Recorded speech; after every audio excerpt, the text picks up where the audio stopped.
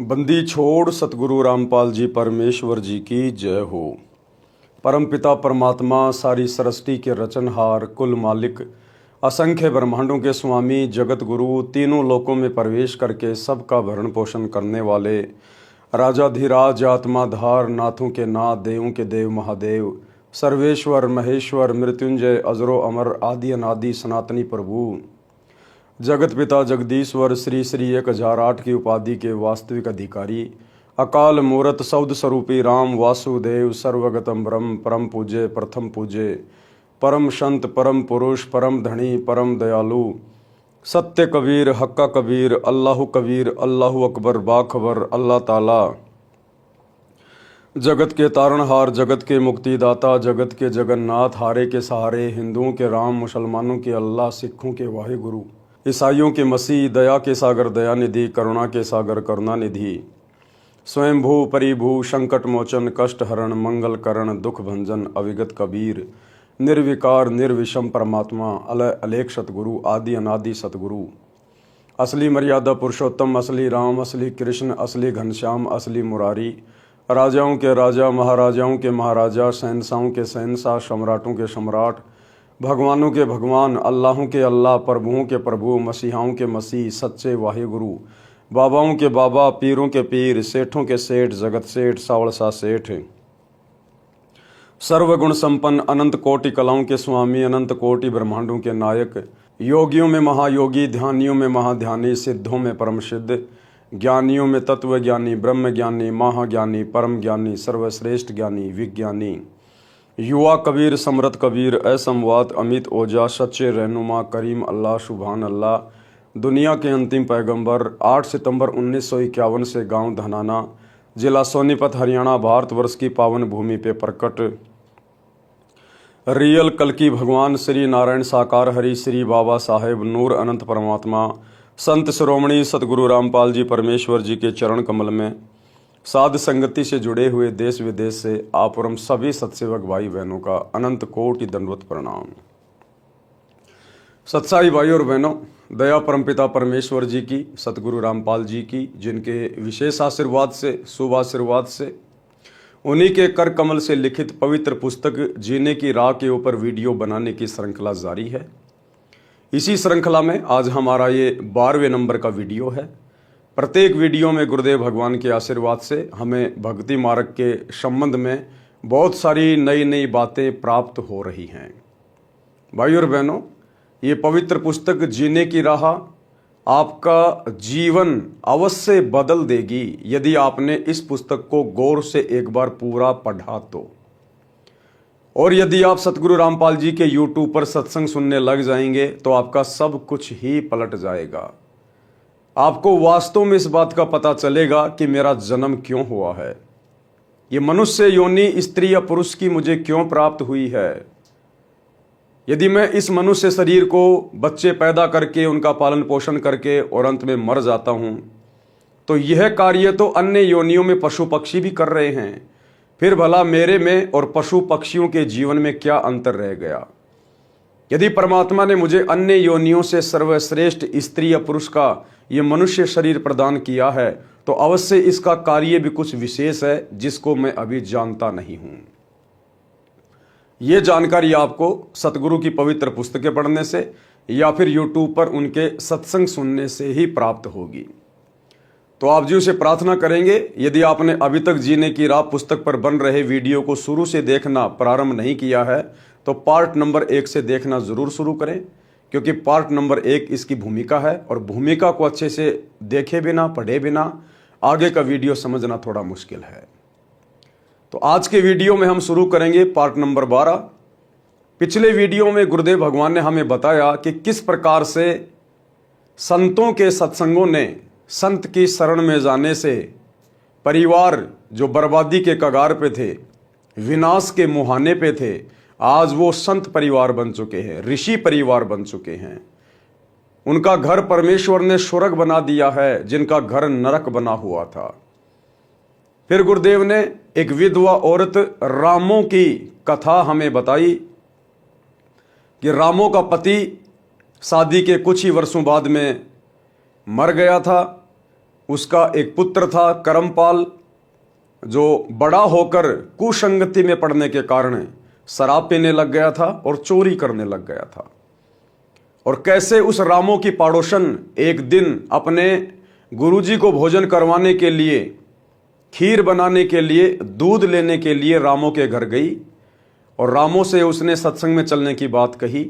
लेकिन रामो ने बहुत सारे बहाने बनाए कि बहन, मेरे सिर पे पति का साया नहीं है, इसलिए लोग मुझे ताने मारेंगे, मैं तो वैसे ही बहुत ज़्यादा दुखी कर रखी हूँ। फिर उस बहन ने बताया कि बहन, हमें समाज को नहीं देखना, हमने लोक लाज में नहीं पड़ना चाहिए। कल को ये समाज तेरा कहाँ तक साथ देगा? कल को शरीर छूटेगा, 84 लाख योनियों में जाएगी, ये समाज तेरा कहाँ तक साथ देगा? आपने सत्संग में जरूर चलना चाहिए, गुरुजी की शरण ग्रहण कीजिए। संतों की शरण में आने से जीवन बदल जाता है। यदि बच्चों के बुरे संस्कार होते हैं तो संतों के आशीर्वाद से उनके संस्कार भी चेंज हो जाते हैं। हो सकता है तेरा बेटा भी सुधर जाए यदि गुरुजी का आशीर्वाद मिल जाए तो। और बहन को बहुत अच्छी प्रकार से समझाया कि जिस प्रकार मीराबाई ने समाज से संघर्ष किया। मीराबाई राजपूत समाज से थी और आज से 500 साढ़े 500 वर्ष पहले राजपूत समाज अपनी बहन बेटियों को घर से बाहर नहीं निकलने दिया करते थे, पर्दे में रखा करते थे। लेकिन मीरा को जब ज्ञान समझ में आया, सत्संग समझ में आया, तो मीरा ने ना समाज देखा, ना परिवार देखा, ना वो जाति देखी, और मीरा भक्ति पर सफल हुई और अपना आत्म कल्याण करवाया। यदि वो मीराबाई लोकलाज में आ जाती, दुनिया की बातों में आ जाती, सत्संगों में ना जाती, तो आज कहीं वो कुतिया बन के घूम रही होती। और फिर उस कस्तूरी बहन ने बताया रामो को कि आगे किस प्रकार से मीरा को मारने का प्रयास किया गया उसके देवर के द्वारा। जब मीरा सत्संग में जाती थी, उसका परिवार उसका विरोधी हो गया था। उसका जो देवर था राणा, जो उसके पति की मृत्यु के बाद में राजा बना था, वो मीरा को हर प्रकार से सत्संग में जाने से रोकता था, टोकता था। हर प्रकार से मीरा को मारने का प्रयास किया। एक पेटी में विषैला सर्प बंद करके मीरा के पास भेजा ताकि मीरा को डस लेगा और मृत्यु हो जाएगी। लेकिन संतों के प्रताप से वो विषैला सर्प भी 9 लखा हार बन गया। उसके बाद फिर उस मीरा को जहर से मारने का प्रयास किया गया। तो आगे की कथा वो कस्तूरी बहन उस रामो बहन को मीरा के बारे में क्या सुना रही है।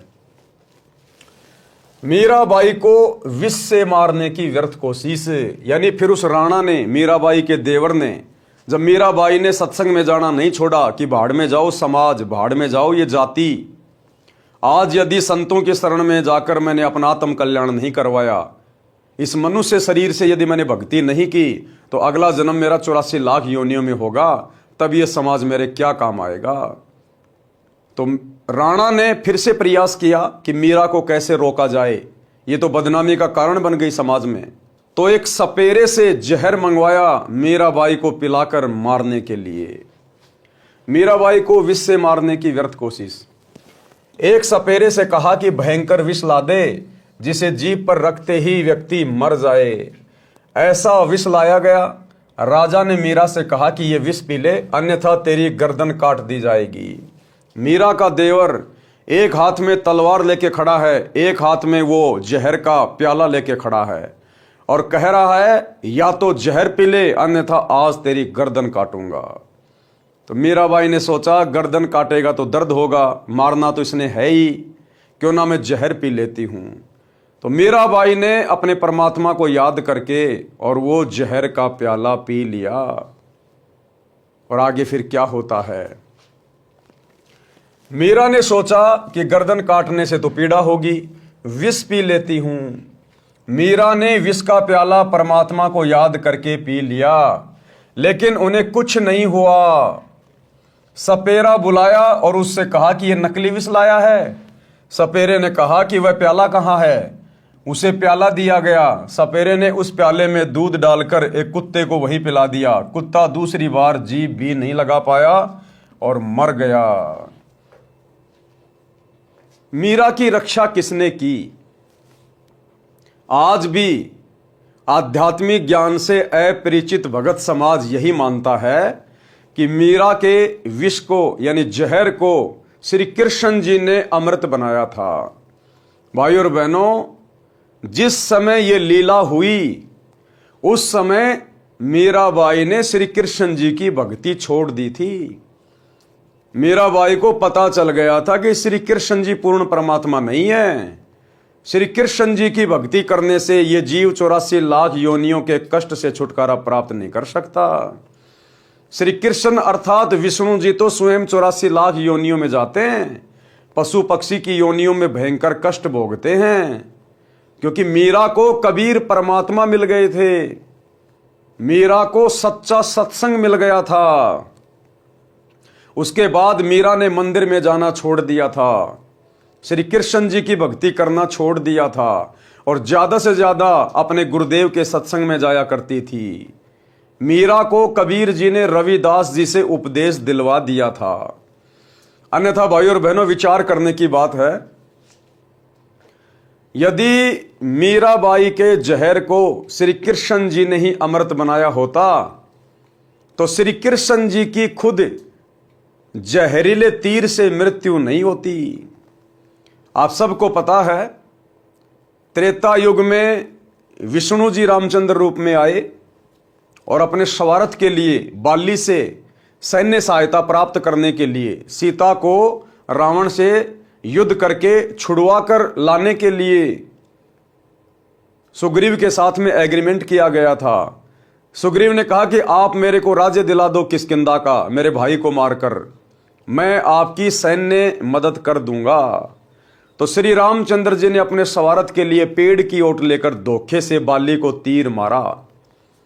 मरते समय बाली ने कहा कि मेरी और आपकी तो कोई दुश्मनी थी नहीं, आपने मुझे धोखे से क्यों मारा, इसका बदला कब दोगे? तो श्री विष्णु उर्फ श्री रामचंद्र जी ने कहा कि द्वापर युग में मैं श्री कृष्ण रूप में जन्मूंगा, उस समय आपको मैं ये बदला दूंगा। द्वापर युग में वही श्री विष्णु जी श्री कृष्ण जी के रूप में देवकी के गर्भ से जन्मे, बड़े हुए और जब उनका अंत समय आया तो जंगल में गए हुए थे। एक पेड़ के नीचे पैर के ऊपर पैर रख के लेटे हुए थे। श्री कृष्ण जी के पैर के तलवे में एक पद्म था जो 0 वाट के बल्ब की तरह चमका करता था। उधर से वो बाली वाली आत्मा द्वापर युग में एक बालिया नाम का शिकारी बना।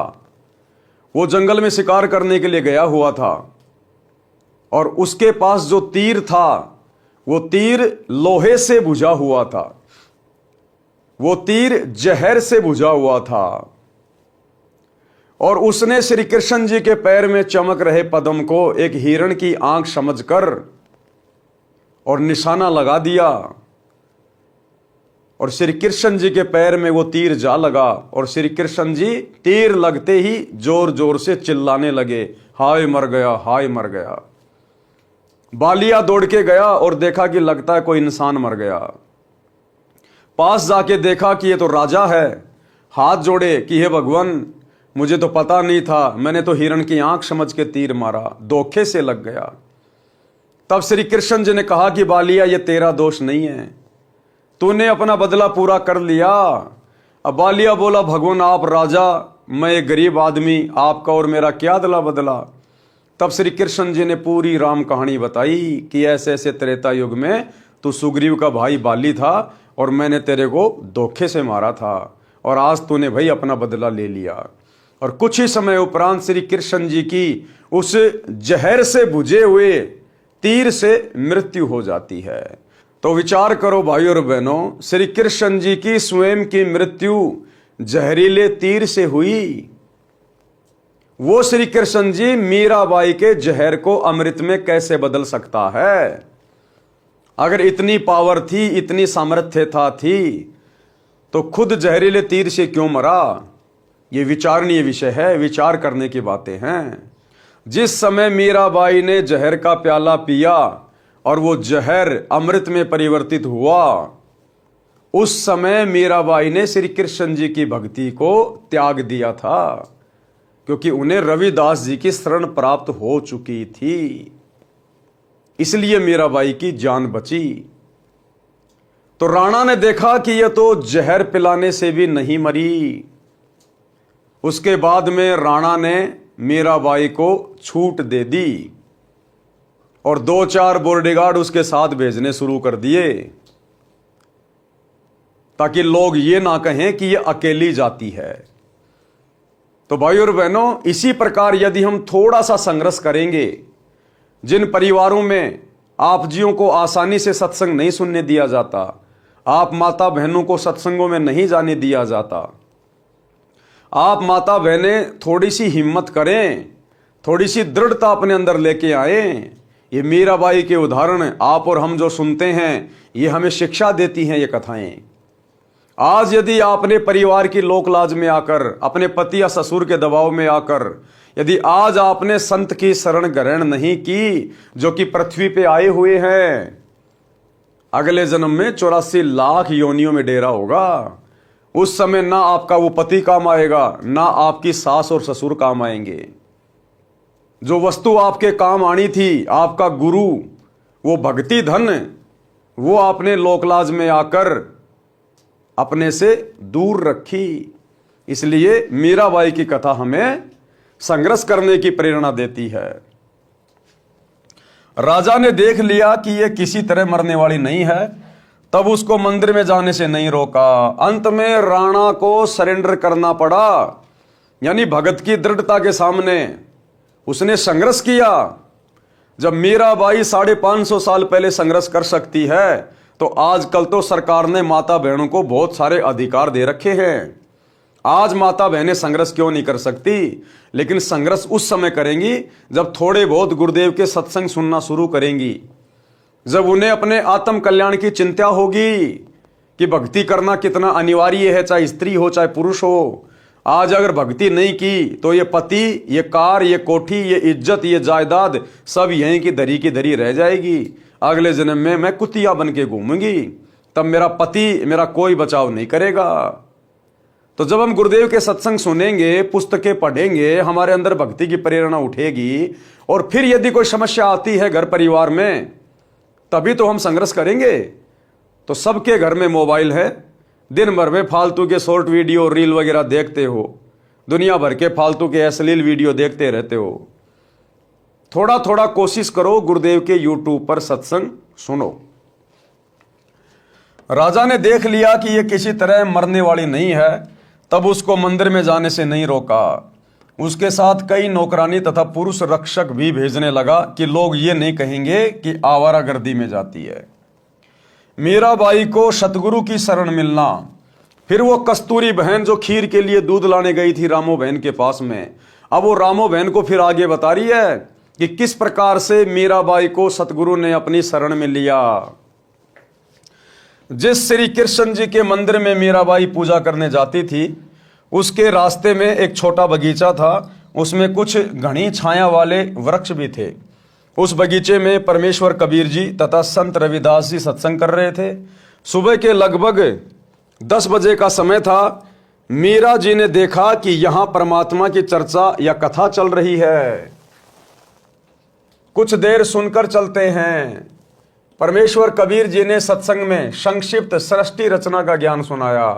कहा कि श्री कृष्ण जी यानी श्री विष्णु जी से ऊपर अन्य सर्वशक्तिमान परमात्मा है। जन्म मरण समाप्त नहीं हुआ तो भक्ति करना न करना एक समान है। जन्म मरण तो श्री कृष्ण जी अर्थात श्री विष्णु जी का भी समाप्त नहीं है, उनके पुजारियों का कैसे होगा? जैसे हिंदू संत जन कहते हैं कि गीता का ज्ञान श्री कृष्ण अर्थात श्री विष्णु जी ने अर्जुन को बताया। गीता ज्ञान दाता गीता अध्याय 2 श्लोक 12, अध्याय 4 श्लोक 5, अध्याय 10 श्लोक 2 में स्पष्ट कर रहा है कि हे अर्जुन, तेरे और मेरे बहुत जन्म हो चुके हैं, तू नहीं जानता, मैं जानता हूं।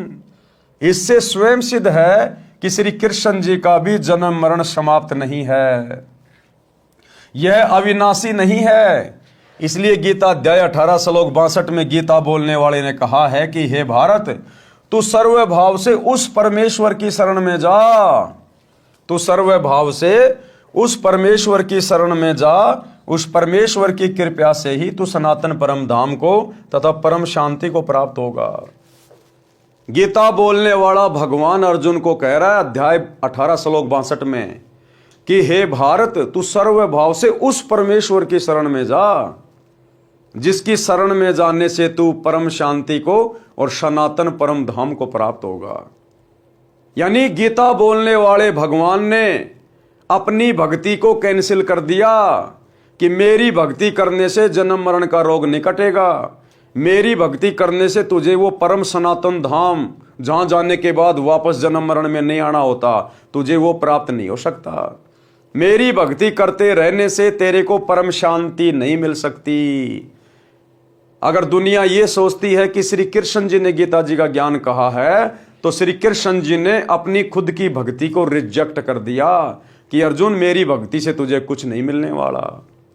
उस परमेश्वर की शरण में जा, और उस परमेश्वर की शरण में गीता अध्याय 4 श्लोक 34 में कहा है कि वो तत्वदर्शी संत बताएगा वो परमेश्वर कौन है, परमात्मा कौन है, उसकी भक्ति क्या है, वो कैसे मिलेगा। और भाई वो तत्वदर्शी संत वर्तमान में धरती पर सतगुरु रामपाल जी के रूप में प्रकट है, जो उस समय श्री कृष्ण जी को भी नहीं मिला।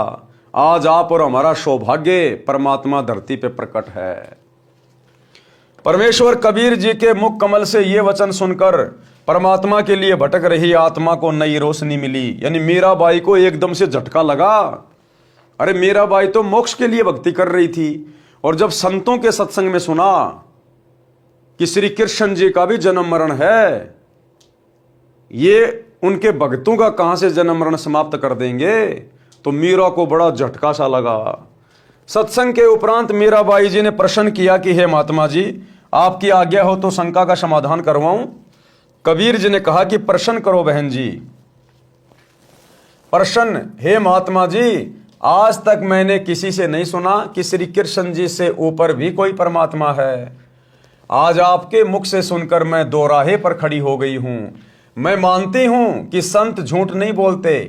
परमेश्वर कबीर जी ने कहा कि आपके धार्मिक अज्ञानी गुरुओं का दोष है, जिन्हें स्वयं ज्ञान नहीं कि आपके सदग्रंथ क्या ज्ञान बताते हैं। देवी पुराण के 3 स्कंद में श्री विष्णु जी स्वयं स्वीकारते हैं कि मैं विष्णु ब्रह्मा तथा शंकर नाशवान हैं। हमारा आविर्भाव यानी जन्म तथा तिरोभाव यानी मृत्यु होता रहता है। मीराबाई बोली कि हे महाराज जी, भगवान श्री कृष्ण मुझे साक्षात दर्शन देते हैं, मैं उनसे संवाद करती हूं। कबीर जी ने कहा कि हे मीराबाई जी, आप एक काम करो, भगवान श्री कृष्ण जी से ही पूछ लेना कि आपसे ऊपर भी कोई मालिक है। वे देवता हैं, कभी झूठ नहीं बोलेंगे। मीराबाई को लगा कि वह पागल हो जाएगी यदि श्री कृष्ण जी से भी ऊपर कोई परमात्मा है तो। रात्रि में मीरा जी ने भगवान श्री कृष्ण जी का आह्वान किया। त्रिलोकीनाथ प्रकट हुए। मीरा ने अपनी शंका के समाधान के लिए निवेदन किया कि हे प्रभु, क्या आपसे ऊपर भी कोई परमात्मा है? एक संत ने सत्संग में बताया है, श्री कृष्ण जी ने कहा कि मीरा, परमात्मा तो है परंतु वह किसी को दर्शन नहीं देता। हमने बहुत समाधि व साधना करके देख ली है, क्योंकि ये भी आत्माएं हैं। ब्रह्मा विष्णु महेश भी आत्मा है, परमात्मा नहीं है। इनको भी परमात्मा की चाहत है, और इन्होंने भी बहुत बार समाधि लगा लगा के ध्यान साधना कर करके कोशिश की, लेकिन इनको तत्वदर्शी संत प्राप्त नहीं हैं। और जिस विधि से परमात्मा मिलता है, उनके दर्शन होते हैं, उस विधि के अलावा आप चाहे कितना ही प्रयास कर लो, कितनी कठिन साधना या तप कर लो, परमात्मा नहीं मिल सकता। तो श्री कृष्ण जी ने कहा कि परमात्मा तो है हमारे से ऊपर, लेकिन हमने बहुत प्रयास कर लिया, उसने दर्शन नहीं दिए। हमने बहुत समाधि व साधना करके देख ली है। मीराबाई जी ने सत्संग में परमात्मा कबीर जी से यह भी सुना था कि उस पूर्ण परमात्मा को मैं प्रत्यक्ष दिखाऊंगा, सत्य साधना करके उसके पास सतलोक में भेज दूंगा। मीराबाई ने श्री कृष्ण जी से फिर प्रश्न किया कि क्या आप जीव का जन्म मरण समाप्त कर सकते हो? श्री कृष्ण जी ने कहा कि यह संभव नहीं।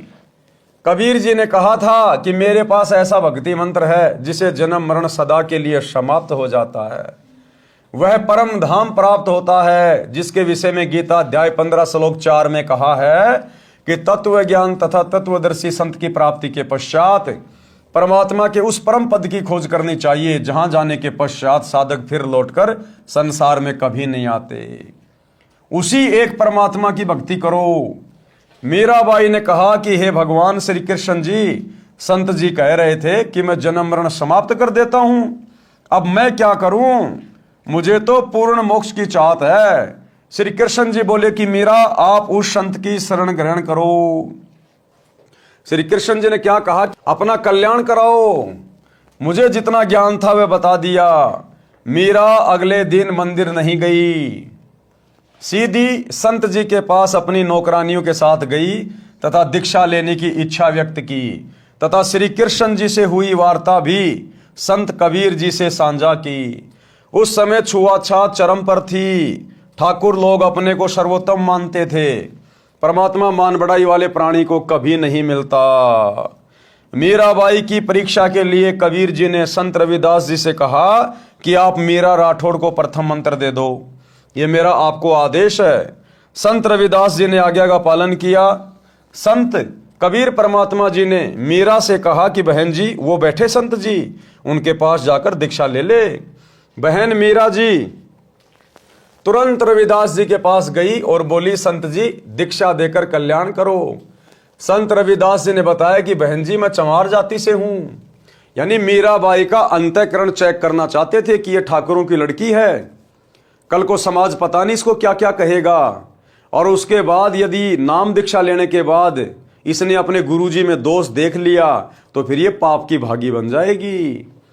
तो रविदास ने कहा कि बहन जी, मैं चमार जाति से हूं, आप ठाकुरों की बेटी हो, आपके समाज के लोग आपको बुरा भला कहेंगे, जाति से बाहर कर देंगे, आप विचार कर लें। मीराबाई अधिकारी आत्मा थी, परमात्मा के लिए मर मिटने के लिए सदा तत्पर रहती थी। बोली, संत जी आप मेरे पिता, मैं आपकी बेटी, मुझे दीक्षा दो, भाड़ में पड़ो समाज, कल को कुतिया बनूंगी तब ये ठाकुर समाज मेरा क्या बचाव करेगा। सत्संग में बड़े गुरुजी कबीर जी ने बताया है कि कबीर कुल करने के कारण हंसा गया भिगोई, तब ये कुल क्या कर लेगा जब तू 4 पांव का होए। ये शरीर छूटने के बाद जब 84 लाख योनियों में जाएंगे और बैल का या गधे का या कुत्ते का जीवन मिलेगा, और जब यहां पर घूमता फिरूंगा, हांडता फिरूंगा, लोगों के लट खाते फिरूंगा, उस समय ये समाज मेरा क्या बचाव करेगा। मेरा बचाव तो गुरु ने करना है, सच्ची भक्ति ने करना है। इसलिए बाढ़ में जाओ समाज, मैंने तो अपना आत्म कल्याण करवाना है।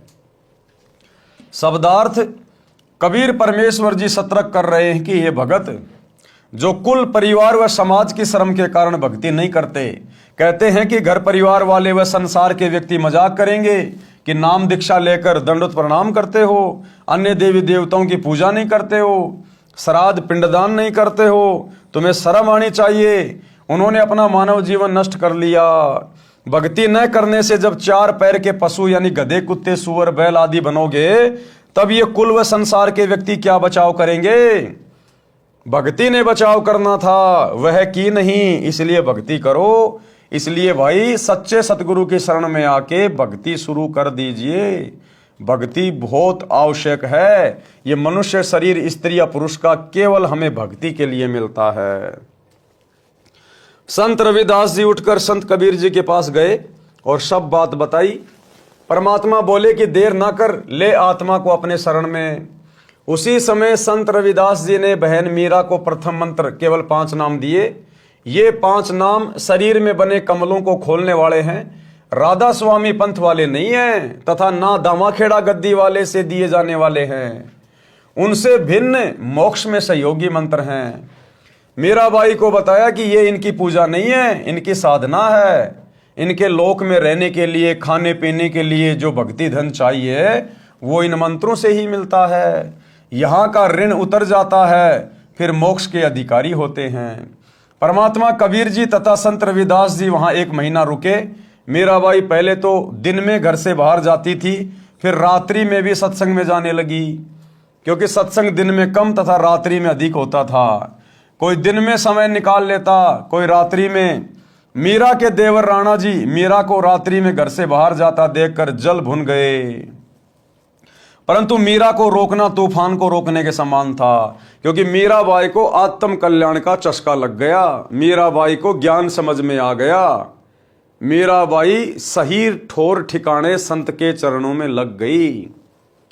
भला फिर उस आत्मा को कौन रोक दे, जिस आत्मा को अपना मोक्ष दिखाई दे, जिस आत्मा को इस गंदे संसार की वास्तविकता समझ में आ जाए और सच्चे सतगुरु की पहचान हो जाए, फिर उस आत्मा को भला कौन रोक सकता है।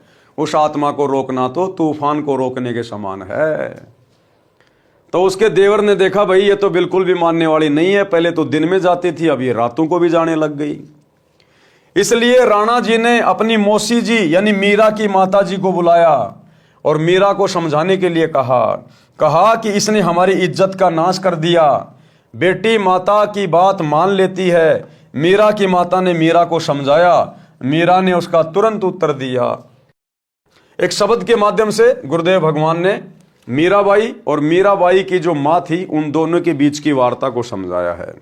सत्संग में जाना मीरा छोड़ दे, सत्संग में जाना मीरा,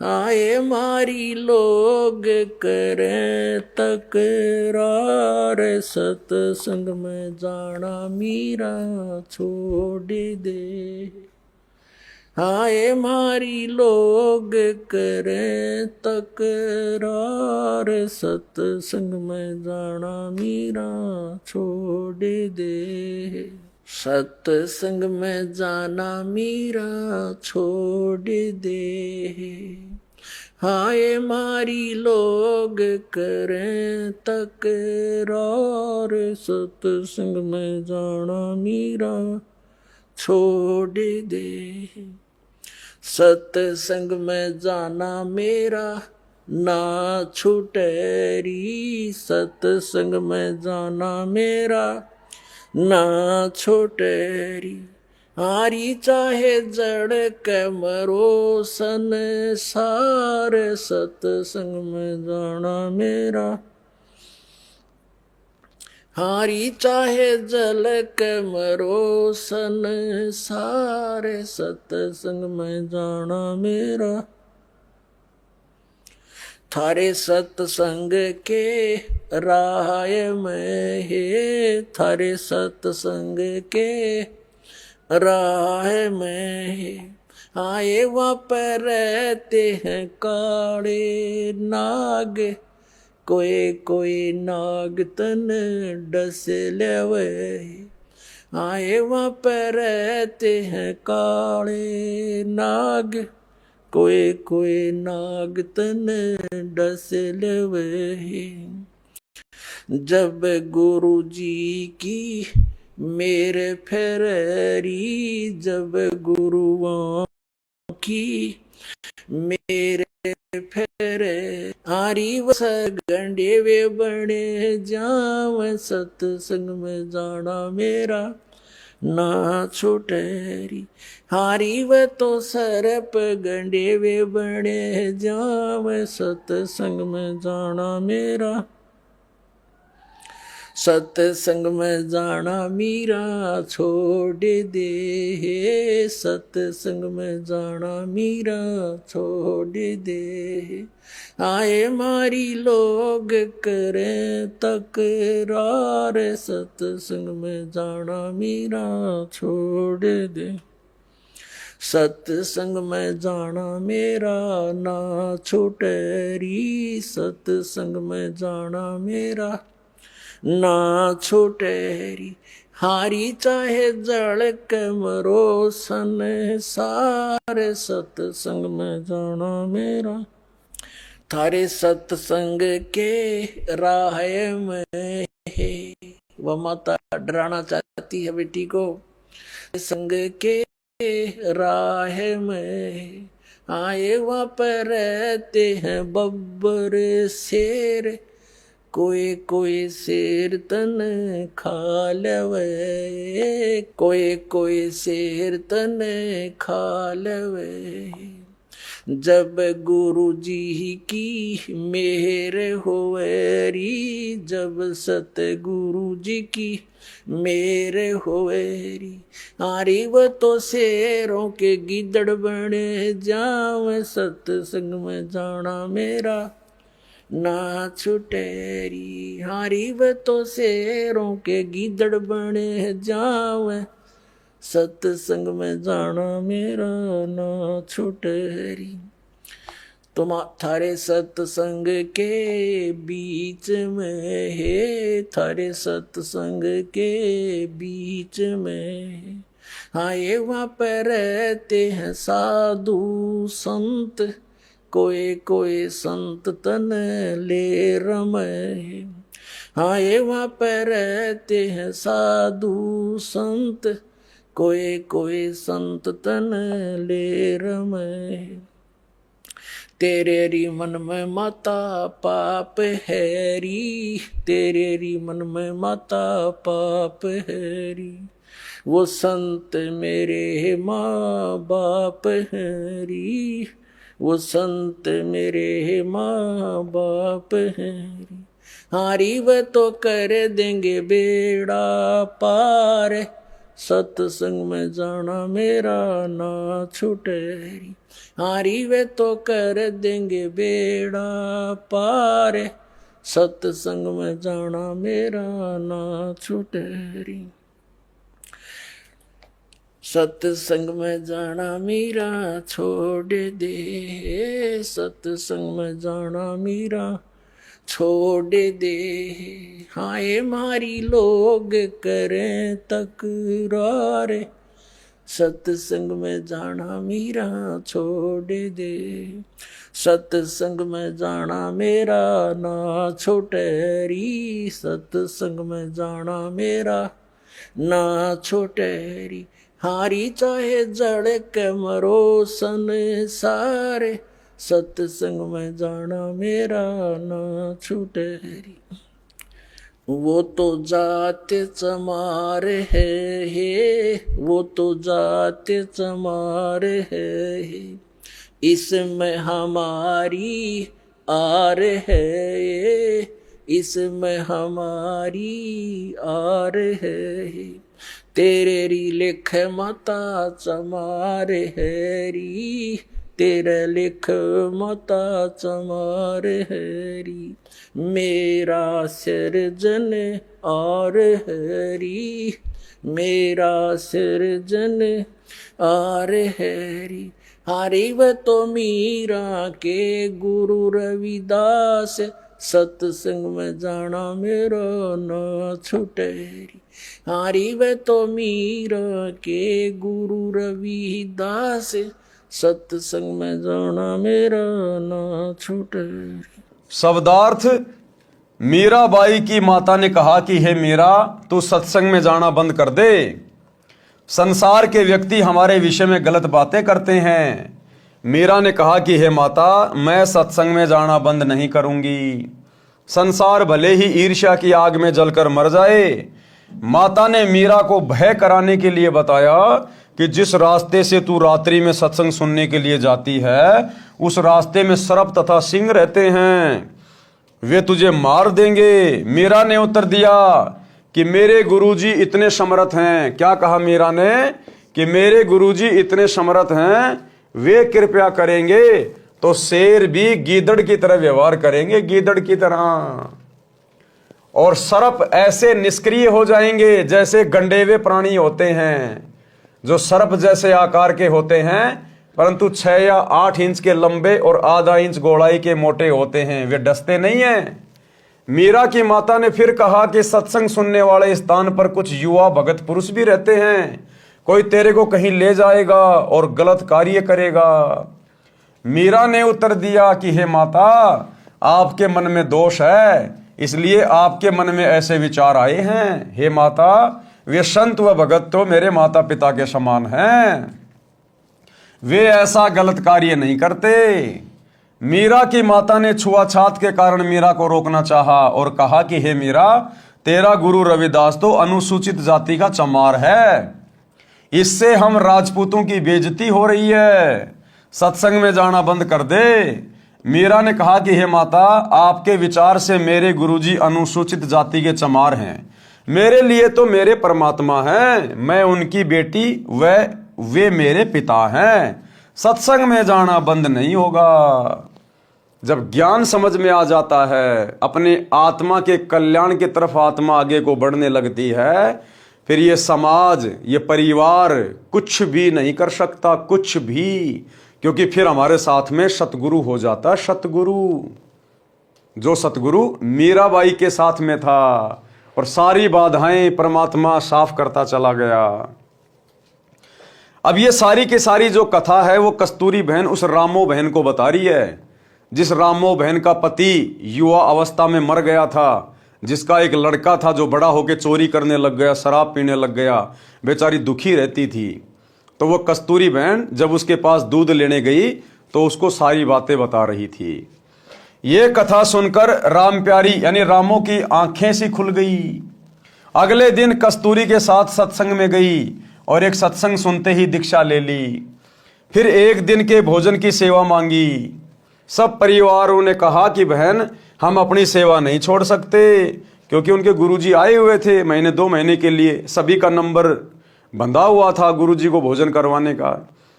तो राम प्यारी बहन ने कहा कि मैं भी गुरुजी को भोजन कराऊंगी, मुझे भी कोई एक दिन का नंबर दे दे। लेकिन सेवा कौन छोड़े, कोई सेवा छोड़ने को तैयार नहीं था। अंत में वो कस्तूरी बहन जो रामो बहन से दूध लेके गई थी, उसने कहा बहन कि कल मेरा नंबर है, तो कल सुबह का भोजन तो मैं दे दूंगी और शाम का भोजन तू करवा देना, अपन आपस में बांट लेंगे। सब परिवारों ने कहा कि बहन, हम अपनी सेवा नहीं छोड़ सकते, गुरुजी अगली बार आएंगे तब तेरी बारी लगवा देंगे। भगतमती रामो को तो पल की भी चैन नहीं थी, रोने जैसा चेहरा कर लिया। उसी समय कस्तूरी बोली कि बहन, आगे जब मेरी बारी आएगी तो सुबह का भोजन मैं करा दूंगी और रात्रि का भोजन आप करा देना। रामो की खुशी का ठिकाना नहीं रहा, कहीं कहीं पैर टिके। बारी आने पर रात्रि को भोजन तैयार किया। खीर, हलवा, सब्जी, मांडे, पतली पतली रोटी, फुलके बनाए। परंतु लीला सतगुरु की, क्योंकि परमात्मा तो अंतर्यामी है ना। संत शरण में आने से आई टले बला, जय मस्तक में सूली हो, कांटे में टल जा। परमात्मा को तो दिखाई दे रहा था ना कि वो किस दुख से दुखी है। उसका इकलौता बेटा बिगड़ गया है और अब उसका इकलौता बेटा बिल्कुल मौत के मुहाने पे है, मौत के मुहाने पे। क्योंकि जिस रात्रि रामोबाई ने अपने गुरुजी को भोजन करवाना था, उसी रात्रि रामोबाई के लड़के ने अपने दोस्तों के साथ राजा के महल में रानियों के गहने चोरी करने के लिए जाना था और उस दिन वो पकड़ा जाना था और उसको फांसी की सजा टूटनी थी, सूली की सजा। लेकिन रामो बहन के सत्संग में जाने से परमात्मा ने उसके परिवार की भी रक्षा की, उसके परिवार की भी रक्षा। इसलिए सच्चे सतगुरु के सत्संगों की, उनकी शरण की आवश्यकता पड़ती है। कैसे किया मालिक ने। परंतु लीला सतगुरु की, रामो को तेज बुखार हो गया, शरीर अंगार की तरह जलने लगा, एक कदम भी चलने की हिम्मत नहीं रही। उसी समय रामो का लड़का आ गया। बहन रामो ने कहा कि बेटा, आज मेरा एक काम कर दे, तेरा जिंदगी भर एहसान नहीं भूलूंगी। बेटा, मैंने गुरु बनाया है, आज रात्रि का भंडारा तेरी ताई भगतमती कस्तूरी की बारी से मांग कर लिया है। बेटा देख, मेरे को तेज बुखार हो गया है, बदन आग की तरह जल रहा है, चलने की हिम्मत नहीं है। लड़का बोला कि मुझे समय नहीं है, क्योंकि लड़के को तो चोरी करने के लिए जाना था। अब मां को पता नहीं था ये निकम्मा चोरी भी करने लग गया। लड़का बोला कि मुझे समय नहीं है, मैं ना देख कर आऊं भोजन आश्रम में। माताजी, आप उस आश्रम में ना जाया करो, मुझे आपके बारे में बहुत कुछ सुनना पड़ता है। यह सुनकर भगतमती रामो फूट फूट कर रोने लगी। लड़के को दया आई, परंतु झुंझलाकर बोला, कहाँ है भोजन, दे आता हूं। रामो बहन तुरंत उठी और सब भोजन दे दिया। लड़का उस भोजन को एक तसले में रखकर आश्रम में ले गया। रामो गुरुजी से बार बार निवेदन करती थी कि गुरुजी, लड़का नशा करता है, घर की ठोर बिटोड़ा कर रखा है, बात नहीं मानता, उसको भी शरण में ले लो।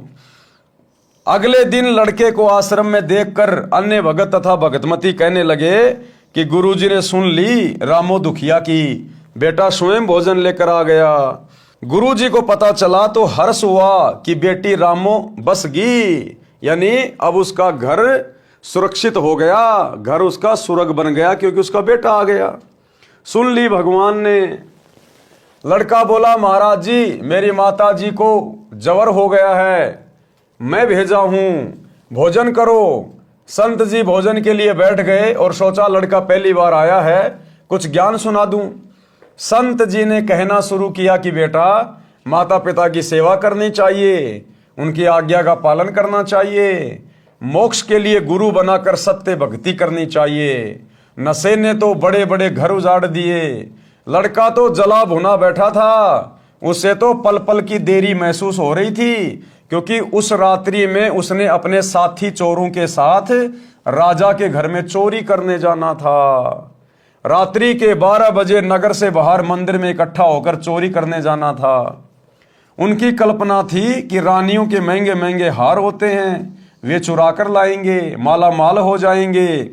इसलिए लड़का संत जी से बोला कि बाबा जी जल्दी भोजन खा ले, मुझे शिक्षा की आवश्यकता नहीं है।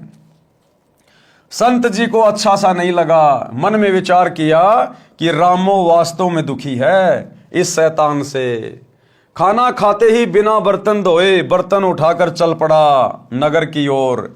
आधे रास्ते से अधिक तय करने के पश्चात उसके पैर में मोटी सूल कीकर का कांटा लग गई। पैर में बहुत पीड़ा हुई, चलने में भी कठिनाई हुई। जैसे तैसे घर आया, आंगन में बर्तन पटक कर लगा अपनी माता को उलाने देने। आज ही तेरे गुरुजी के दर्शन किए, आज ही मेरे भाग फूट गए, मेरे पैर में कांटा लग गया, मैं चलने लायक भी नहीं रहा। क्योंकि उसको तो दुख हो रहा था ना कि तेरे यार दोस्त तो आज रानियों के महंगे महंगे गहने चुरा के लाएंगे, वो तो माला माल हो जाएंगे, तेरे पैर में कांटा चुभ गया, तू जान नहीं पाएगा। तो वो सोच रहा था मुझे बहुत बड़ा नुकसान हो गया। बोला मैं तो आज ही गया था तेरी गुरुजी के आश्रम में, मेरे तो भाग फोड़ दिए उसने, और बता नहीं रहा कि मैं चोरी करने जा रहा था। आज के पश्चात आश्रम की ओर मुख करके भी ना सोऊं। रामो का बुखार हल्का हो चुका था। जल्दी से उठी और कांटा लगे पैर को धोया। उसके पैर तेल की गाद यानी तेल के नीचे जमा मैल को कपड़े से बांध दिया और सुबह कांटा निकलवाने की योजना बनाई। लड़का अपनी माता से बहुत लड़ा, ओछी मंदी बातें भी कही क्योंकि लड़के करमपाल को तो चोरी में शामिल न होने के कारण बड़ी हानि हुई लग रही थी। जैसे तैसे सुबह हुई, लड़के का कांटा निकलवा दिया। माता रामो घर के कार्य में लग गई। कुछ देर में एक बैंड बाजा बजता हुआ आया। अब रात को उसके दोस्त जो चोरी करने गए थे वो पकड़े गए और पकड़ने के बाद में उसको सूली की सजा सुना दी गई उन सबको।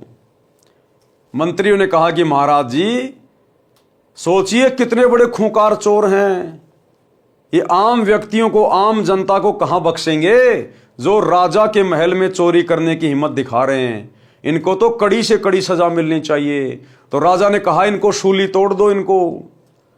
उस समय सूली की सजा बहुत ही ज्यादा पीड़ादायक होती थी, मृत्यु दंड होता था सूली की सजा।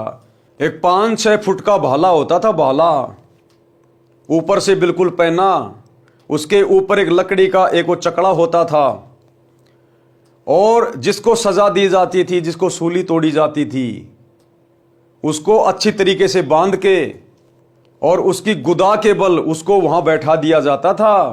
वो भाला उसकी गुदा द्वार से होकर धीरे धीरे धीरे धीरे उसकी खोपड़ी से निकलता था। तड़फ तड़फ के मौत होती थी। उसको कहते हैं सूली तोड़ना। तो उसकी माता ने सुबह उसका कांटा निकलवा दिया। वो अपने घर पे बैठा हुआ था। थोड़ी देर बाद देखा कि बैंड बाजे बज रहे हैं और वो बैंड बाजे विशेष आवाज में होते थे जब किसी को कोई सजा देनी होती थी।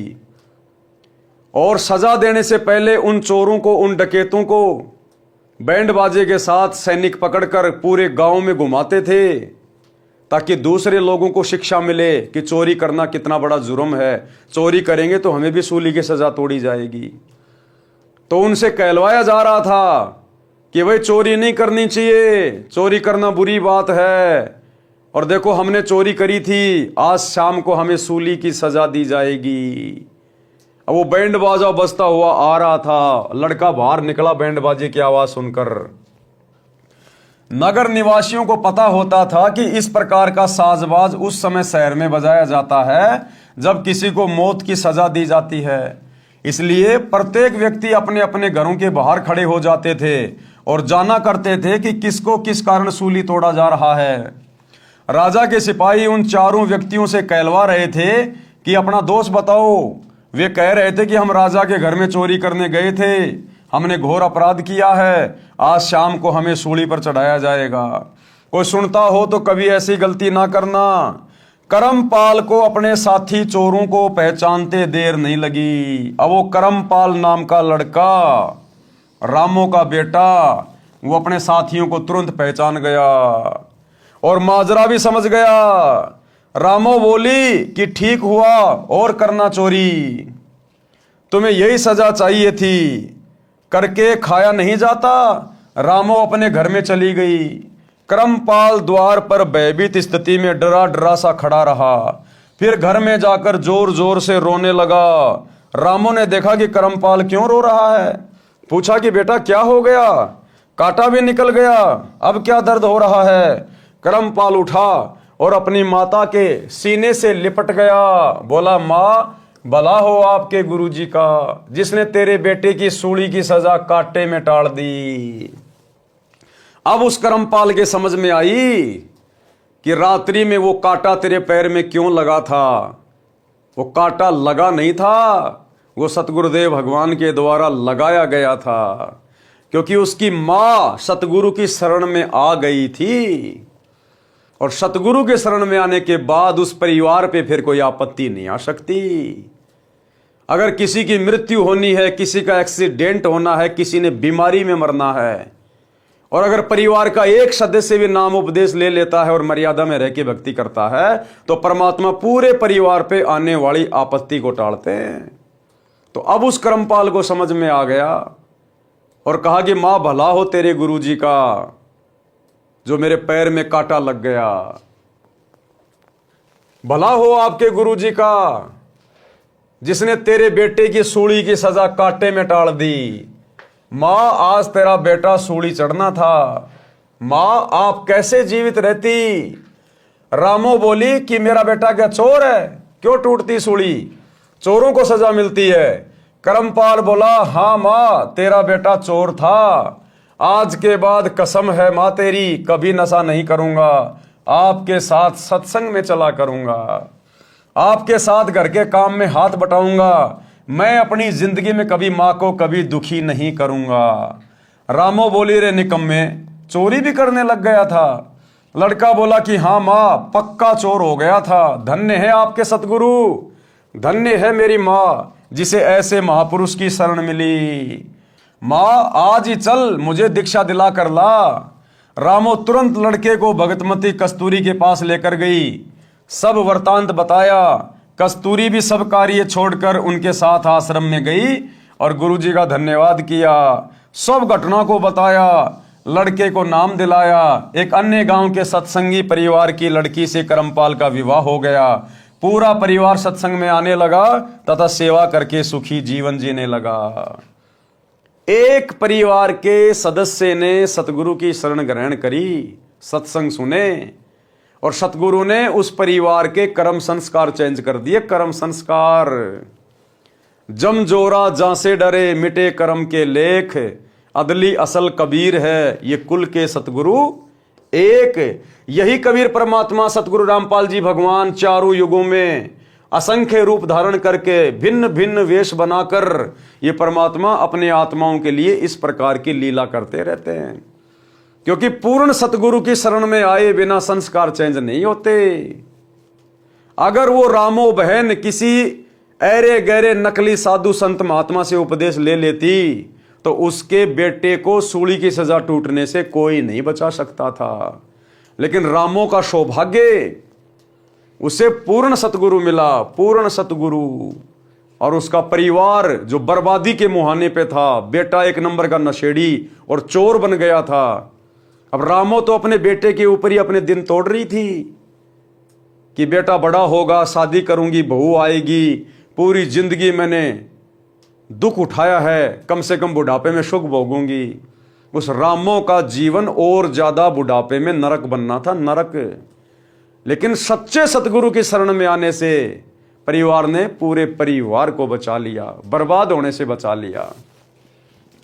रामो तो सत्संग के रंग में ऐसी रंगी, जब जब सतगुरु जी मंडली समेत आकर आश्रम में रुकते, वह तो सुबह चली जाती, देर शाम को आती और सेवा करती, बर्तन साफ करती, गुरु जी के वस्त्र धोती, सत्संग का तो एक शब्द भी नहीं छोड़ती थी। रामो की तो लगन लग गई कि आगे मेरा जीवन विशेष नहीं था, क्योंकि बेटा मरता तो मैं भी फांसी खा के मरती, जहर खा के मरती, मैं अकेली क्या करती जी के। तो गुरुजी ने तो मेरे को नया जीवन दान दे दिया, मेरे बेटे को बचा कर अपनी शरण में लेके। तो रामो तो बिल्कुल समर्पित हो गई। जब भी गुरुजी आश्रम में आते थे, महीना 2 महीना रुकते थे, वो तो दिन रात वहां पर सेवा में लगी रहती थी। सत्संग का तो एक शब्द भी नहीं छोड़ती थी। एक समय सर्दी का मौसम था। अब एक समय क्या हुआ, सर्दी का मौसम था, सुबह 10 बजे सत्संग शुरू हुआ। गुरुजी ने रामो से कहा कि बेटी वस्त्र धोला नदी पर, धूप थोड़ी देर रहती है, सत्संग के बाद जाएगी तो वस्त्र सूख नहीं पाएंगे। रामो बहन वस्त्र बाल्टी में डालकर चल पड़ी। नदी थोड़ी दूरी पर थी। कपड़े पानी में बाल्टी में भिगोकर सोडा डाल दिया। सोचा कि जितनी देर वस्त्र सोडा में भीगेंगे तब तक सत्संग सुनाती हूं। आश्रम के बाहर दीवार के साथ कान लगाकर सत्संग वचन सुनने लगी। सत्संग समापन पर सत साहिब की ध्वनि सुनी तो रामो को कपड़े याद आए। यानी वो तो बेचारी सत्संग में मगन हो गई, उसको पता ही नहीं चला कि मैंने कपड़े भी धोने हैं, और सर्दी का मौसम है, बाद में सूखेंगे नहीं। तो लगभग शाम हो गई, 2-3 बज गए। अब वो कब कपड़े धोती, कब वो कपड़े सूखते। तो लास्ट में जब गुरुजी ने सत्संग समाप्त किया 2-3 घंटे बाद, तब उसकी एकदम से चेतना आई और उसको चिंता बन गई कि हे भगवान, गुरुजी के कपड़े तो धोए नहीं, अब गुरुजी रात को पहनेंगे क्या। सत्संग समापन पर सत साहिब की ध्वनि सुनी तो रामो को कपड़े याद आए। दौड़ी दौड़ी नदी की ओर चली और डरी हुई थी कि आज तो गलती हो गई, गुरुजी के वचन की अवहेलना हो गई, मेरे ऊपर डांट पड़ेगी, गुरुजी नाराज हो गए तो मेरी तो सेवा पर पानी फिर जाएगा। हे भगवान, ये कौन बनी। इन्हीं विचारों में नदी पर पहुंची तो देखा कि बाल्टी खाली थी। अब सतगुरु ने उस रामो बहन का रूप बनाकर, उसकी सच्ची श्रद्धा देखकर, अगर वो बकवाद में समय टाइम पास करती, कहीं अपनी किसी सहेली से कोई फालतू की बातें कर रही होती, तो परमात्मा उसका रूप बनाकर कपड़े धोने नहीं जाते। लेकिन सतगुरु ने देखा कि इसकी सच्ची श्रद्धा है, ये सत्संग सुनना नहीं छोड़ना चाहती थी, सत्संग सुनने के लिए आश्रम की दीवार से कान लगा के बैठी हुई थी। तो सतगुरु तो अंतर्यामी होते हैं। सतगुरु उस रामो बहन का रूप बनाकर और एक रूप में कपड़े धोकर और सुखाकर भी आ गए थे। तो जब रामो बहन गई तो देखा कि बाल्टी में तो कपड़े है ही नहीं, और कपड़े तो सारे सूखे हुए हैं। इन्हीं विचारों में नदी पर पहुंची तो देखा कि बाल्टी खाली थी और वस्त्र धोकर झाड़ियों पर सुखा रखे थे जो सूख चुके थे। रामो उन बहनों से बोली जो पहले से नदी पर अपने वस्त्र धो रही थी कि हे बहनों, ये वस्त्र आपने धोकर सुखाए हैं क्या। सब अन्य महिलाएं रामो की ओर देखने लगी। एक बोली कि बहन, तेरा दिमाग चल गया है क्या, या मजाक कर रही है। आप खुद ही तो कपड़े धो रही थी।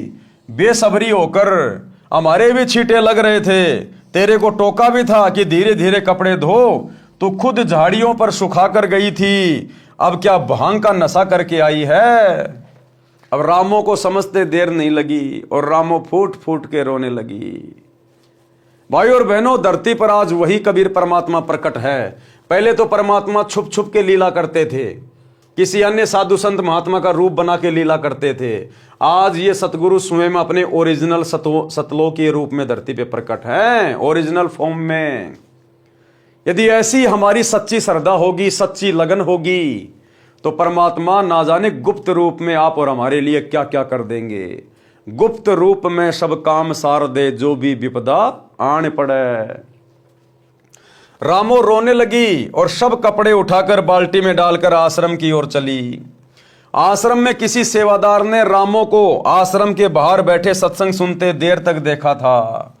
अब जिस समय रामो सत्संग सुन रही थी आश्रम की दीवार से कान लगा के, तो किसी अन्य सत्संगी ने देख लिया था और उसने जाकर गुरुजी के पास में शिकायत कर दी कि गुरुजी, वो रामो तो घनी निकम्मी हो गई आजकल, आपकी बात भी नहीं मानती। और गुरुजी सारा दिन यहां बैठ के सत्संग सुन रही थी, अब गई है कपड़े धोने, मैंने देखा दौड़ के गई है, अब कब धोएगी, कब सूखेंगे गुरुजी। तो किसी सेवादार ने रामो की शिकायत गुरुजी से कर दी थी। आश्रम में किसी सेवादार ने रामो को आश्रम के बाहर बैठे सत्संग सुनते देर तक देखा था। उसने गुरुजी को बताया कि आज आपके कपड़े गीले ही रहेंगे, क्योंकि रामो तो सत्संग समापन तक बाहर दीवार के कान लगाकर सत्संग सुन रही थी, अभी गई है कपड़े धोने। इतने में रामो ने आश्रम में प्रवेश किया और कपड़े गुरुजी के पास रखकर फूट फूट कर रोने लगी। संत जी ने कपड़े छुए तो पूर्ण रूप से सूखे थे। रामो से रोने का कारण पूछा तो बताया कि गुरुजी, आपने दुखी होकर स्वयं कपड़े धोए, मेरे से गलती हो गई। मैंने ऐसे ऐसे सोचा था कि कुछ देर सत्संग सुनकर कपड़े धोऊंगी, परंतु ध्यान नहीं रहा। गुरुजी बोले कि बेटी, परमात्मा कबीर जी रामो बनकर कपड़े धोए हैं, यानी हमेशा ये परमात्मा अपने आप को छुपाता है। संत रूप में जब भी आते हैं अपने आप को छुपाते हैं। उस समय थे सतगुरु रूप में कबीर जी, लेकिन क्या कहा कि सतगुरु कबीर जी मेरे रूप में आकर तेरे कपड़े धो के गए हैं। गुरुजी बोले कि बेटी, परमात्मा कबीर जी रामो बनकर कपड़े धो गए हैं। जो बच्चा गऊ की नजर में यूं साईं को संत, भगतों के पीछे फिरे भगत वत्सल भगवंत। शब्दार्थ, जैसे गाय अपने बच्चे के ऊपर एक टक नजर रखती है कि कोई पशु पक्षी या मनुष्य मेरे बच्चे को मार ना दे, इसी प्रकार परमात्मा यानी सतगुरु अपने भगत के ऊपर दृष्टि रखता है। जैसे गाय का बच्चा खेलता कूदता किसी और दौड़ जाता है, तो गाय भी उसके पीछे पीछे उसकी सुरक्षा के लिए दौड़ती है। इसी प्रकार परमात्मा जो भक्तों का हितकारी है अपने भक्तों के पीछे पीछे फिरता है, उनकी सुरक्षा के लिए साथ रहता है। परमात्मा ने इब्राहिम सुल्तान आदम को नरक से निकालने के लिए बांदी रूप स्त्री बनकर शरीर पर कोरड़े खाए थे। बेटी, दुखी ना हो, तेरा उद्देश्य गलत नहीं था।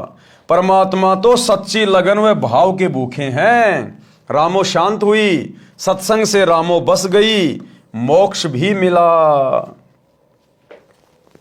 कबीर सतगुरु शरण में आने से आई टले बला। वो रामो बहन समय पर सतगुरु की शरण में आ गई तो उसके परिवार पर जो भयंकर विपदा आनी थी, जो आपत्ति आनी थी, वो टल गई। सतगुरु शरण में आने से आई टले बला। जय भाग्य में सूली लिखी हो, उसके बेटे के भाग्य में वो सूली टूटना लिखा था, वो कांटे में टल जा, यानी थोड़ी बहुत आपत्ति में वो मामला टल जाएगा। समर्थ कबीर परमेश्वर के कृपा पात्र सच्चे गुरु सतगुरु से दीक्षा लेने वाले भगत या भगतमती की परमात्मा रक्षा करता है। यदि पूर्व जन्म के पाप के कारण साधक को मौत की सजा सूली यंत्र के द्वारा मिलनी भाग्य में लिखी हो, जो अत्यधिक पीड़ादायक होती है, तो परमात्मा उस साधक के उस मृत्यु दंड को समाप्त करके कुछ छोटा मोटा दंड जैसे पैर में कांटा लगना देकर टाल देता है। भयंकर दंड को नामात्र के दंड में बदल देता है, जो बहुत बड़ी बला यानी परेशानी थी। तो इस प्रकार से रामो बहन का उद्धार हुआ, उसके परिवार का कल्याण हुआ। परमात्मा ने उस परिवार के कर्म संस्कार को बदल दिया, चेंज कर दिया। किस कारण से? केवल सतगुरु के सत्संग सुनकर उनकी शरण ग्रहण करने के कारण है। तो इसी प्रकार भाई और बहनों, अब ये तो कलयुग चल रहा है, घोर कलयुग है। इंसान के जितने भी पुण्य थे उसने पहले के युगों में समाप्त कर दिए। अब इंसान के पाप कर्म बचे हुए हैं ज्यादातर, और पाप कर्मों से आपत्तियां आती हैं, परेशानियां आती हैं। इसीलिए तो दुनिया भर के एक्सीडेंट, दुनिया भर की बीमारियां, हार्ट अटैक से मौत, ये हमारे पाप कर्म है। और आने वाला जो युग परिवर्तन का समय है 2028 पूर्व निर्धारित है, उस युग परिवर्तन के आसपास के समय में तो दुनिया भयंकर आपत्ति के दौर से गुजरेगी। तरह तरह की प्राकृतिक आपदाएं पूरे विश्व को घेरेंगी बुरी तरह से। कहीं बाढ़ आएगी, कहीं भूकंप आएगा, कहीं अकाल पड़ेगा, कहीं सूखा पड़ेगा, कहीं अतिवृष्टि हो रही है, कहीं ओलावृष्टि हो रही है, कहीं युद्ध हो रहा है, कहीं महायुद्ध हो रहा है, कहीं महामारियां आ रही हैं। तो पूरा विश्व त्राहिमाम करेगा। ये भविष्यवाणियां पहले से हो चुकी है। और वैसे भी परमात्मा कहते हैं कि जब इस पृथ्वी के ऊपर उग्र परिस्थितियां हो जाती हैं, उस समय परमात्मा सतगुरु रूप में आके प्रकट होता है यहां पर। तो आने वाले समय में जो जो लोग, जो जो परिवार आज थोड़े बहुत सुख को प्राप्त करके संतों के शरण से दूर हैं, कोई छोटी मोटी नौकरी लगा हुआ है, कोई अधिकारी है, कोई मंत्री है, कोई राजा है, उन्हें लगता है कि हमें संतों की आवश्यकता नहीं है, हमारे घर में ठाठ बाट है। 1 सेकंड लगेगी, ये ठाठ बाट साइड में होते 1 सेकंड में। बड़े बड़े लोग, बड़े बड़े पैसे वाले, बड़े बड़े मंत्री, प्रधानमंत्री हेलीकॉप्टर में मर जाते हैं, एरोप्लेन उनका क्रैश हो जाता है। 1 सेकंड में सब कुछ चला गया जिनके पास में सब कुछ था। तो भाई और बहनों, आने वाले समय में इसी प्रकार से आपत्तियां आएंगी। उस समय आपकी वो नौकरी, आपका वो मंत्री, वो प्रधानमंत्री, वो सेनाएं आपका बचाव नहीं करेंगी। बचाव करेगी भक्ति, और वो भी सच्चे सतगुरु की शरण में आकर की गई भक्ति। इसलिए आप लोगों को पहले ही चेताया जा रहा है इन कथाओं के माध्यम से, इन पुस्तकों के माध्यम से। ये संदेशा सतगुरु रामपाल जी भगवान आप लोगों तक पहुंचा रहे हैं कि समय रहते और सतगुरु के सत्संग वचन सुनकर उनकी शरण ग्रहण कर लीजिए, अन्यथा आने वाला युग परिवर्तन का समय बहुत विनाशकारी है। उस समय फिर तुम्हारी कोई रक्षा, किसी प्रकार का कोई बचाव नहीं होगा। परिवार के परिवार तबाह होंगे, परिवार के परिवार। तो रामो बैर की कथा से शिक्षा लेनी चाहिए। और अतिशीघ्र मोबाइल सबकी जेब में है, मोबाइल जेब से निकालकर यूट्यूब पर जाकर सर्च करें सृष्टि रचना सतगुरु रामपाल जी भगवान, और ज्ञान सुनना ग्रहण करें और अतिशीघ्र शरण में आ जाएं। आगे हमें परमेश्वर एक और कथा सुना रहे हैं, चोर कभी धनी नहीं होता। लोग सोचते हैं कि हम चोरी करके धनी हो जाएंगे। जैसे आजकल दुनिया भर के फ्रॉड बेचारे भोले भाले व्यक्तियों के साथ में हो रहे हैं, जिनको साइबर फ्रॉड कहते हैं। बेचारों को गुमराह करके उनके खाते से पैसे वगैरह निकाल लेते हैं, या कोई रिश्वत लेता है, कोई मिलावट करता है, कोई चोरी करता है और सोचता है इसी प्रकार से हम धनी हो जाएंगे। ये तो आप और हमारी जीव सोच है, बहुत छोटी सोच है। हम धन से धनी नहीं हो सकते चोरी करके, उल्टे काम करके। हम पाप कर्मों के धनी हो सकते हैं, पाप की मालगाड़ी भर सकते हैं हम। और चलो तुमने किसी के साथ में ठगी कर ली, चोरी कर ली, मिलावट करके तुमने पैसे भी कमा लिए, वो पैसे तुम्हारे साथ में नहीं जाएंगे। अंत समय में तुम्हारा शरीर भी साथ नहीं जाएगा। वो पैसे कमाने में तुमने जितने पाप किए हैं वो तुम्हारे साथ में जाएंगे। वो पैसा तुम्हारा यही रह जाएगा, खाया खर्चा जाएगा। और अगर चोरी करने से सेठ बना जाता हो तो भाई मेहनत कौन करेगा? फिर मेहनत कौन करे? अगर चोरी करने से ही अगर सेठ बना जाता हो, धनी बना जाता हो, तो पूरी दुनिया आज चोरी ना कर रही होती। किसान खेतों में मेहनत क्यों करता? कोई इंसान नौकरी क्यों करता? मजदूर मजदूरी क्यों करता? सब चोरी ना करते। तो ये तो हमारी छोटी सोच है। चोरी करके हम केवल अपने कर्म बिगाड़ सकते हैं, पाप कर्मों की पोटरी बांध सकते हैं, अपने परिवार के ऊपर आपत्तियां पैदा कर सकते हैं।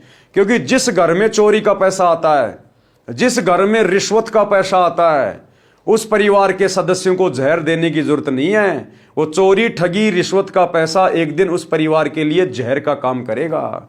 कोई एक्सीडेंट में मरेगा, कोई बीमारी में मरेगा, कोई हार्ट अटैक से मरेगा, कोई लड़ाई झगड़े में मरेगा।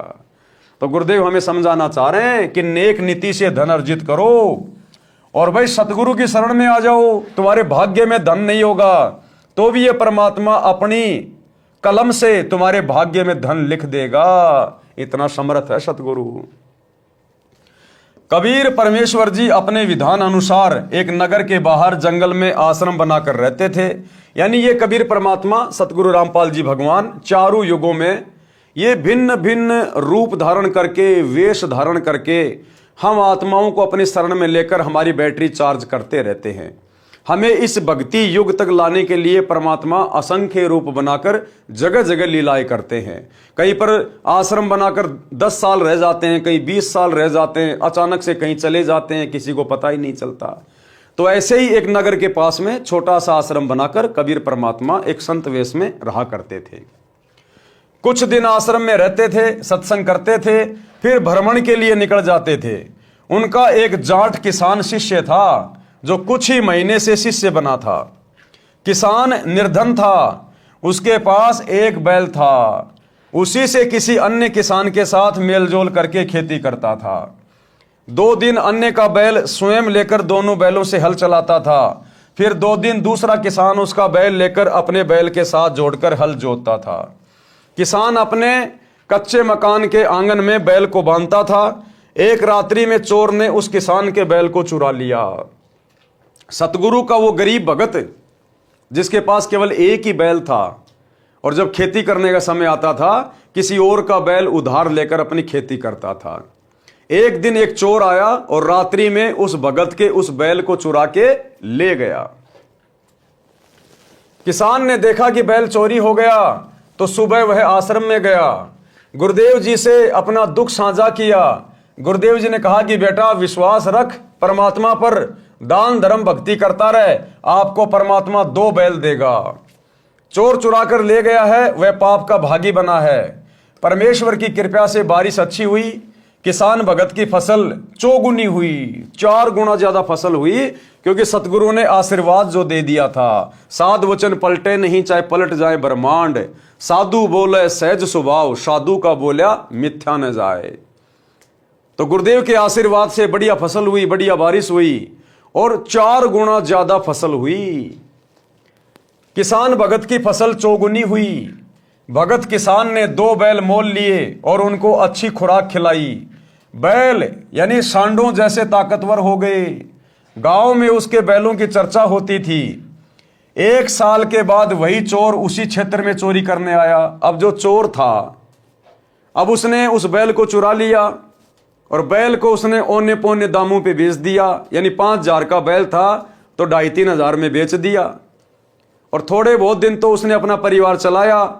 अब कितने दिन चोरी के पैसों से परिवार चलेगा? साल भर के बाद में जब पैसे खत्म हुए तो फिर से वो चोरी करने के लिए निकला और उसी गांव की तरफ आ गया। 1 वर्ष पश्चात वही चोर उसी क्षेत्र में चोरी करने आया। कहीं दांव नहीं लगा। उसने विचार किया कि जिसका बैल चुराया था उसके घर देखता हूं, हो सकता है कोई और बैल ले आया हो। देखा तो 2 बैल खागड़ू जैसे बंधे थे। चोर ने दोनों चुरा लिए। किसान जागा तो बैल चोरी हो चुके थे। गुरुजी से बताया तो गुरुजी ने कहा कि बेटा तेरे घर 4 बैल देगा भगवान। चोर कभी सेठ नहीं हो सकता, पाप पाप इकट्ठे करता है। रजा परमात्मा की, आशीर्वाद गुरुदेव का, बारिश ने किसानों की मौज कर दी।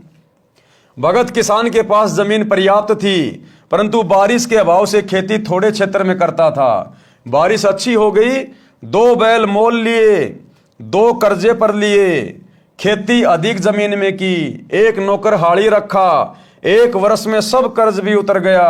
बैल 4 हो गए, खागड़ू जैसे मोटे मोटे तगड़े तगड़े। मकान भी पक्का बना लिया। चोर 2 साल के बाद उधर गया और पहले उसी किसान की स्थिति देखने लगा। चोर ने देखा कि 4 बैल सांडू जैसे बंधे हुए हैं। चोर तो माथा पकड़ के बैठ गया कि हे भगवान, मेरा तो दिवाला निकल गया, मेरा तो परिवार बर्बादी के कगार पे आ गया। इसके बैल चोरी करते करते और इसके घर में 3 बैल चोरी हो गए, फिर भी इसके घर में परमात्मा ने मौज कर रखी है। तो चोर ने सोचा भैया इस आदमी से तो पूछना चाहिए ये क्या जंतर मंत्र करता है। तो चोर उसके पास गया। चोर ने किसान को रात्रि में नींद से उठाया तो किसान बोला कौन हो आप? चोर ने कहा कि मैं चोर हूं, जिसने तेरे 3 बैल चुराए थे। किसान बोला भाई मेरी नींद खराब ना कर, तू अपना काम कर, परमात्मा अपना काम कर रहा है, मुझे सोने दे। अब भगत तो टेंशन फ्री हो गया। भगत को तो पता चल गया ना कि तेरा तो बुरा हो ही नहीं सकता, तेरे ऊपर तो सतगुरु का पंजा है।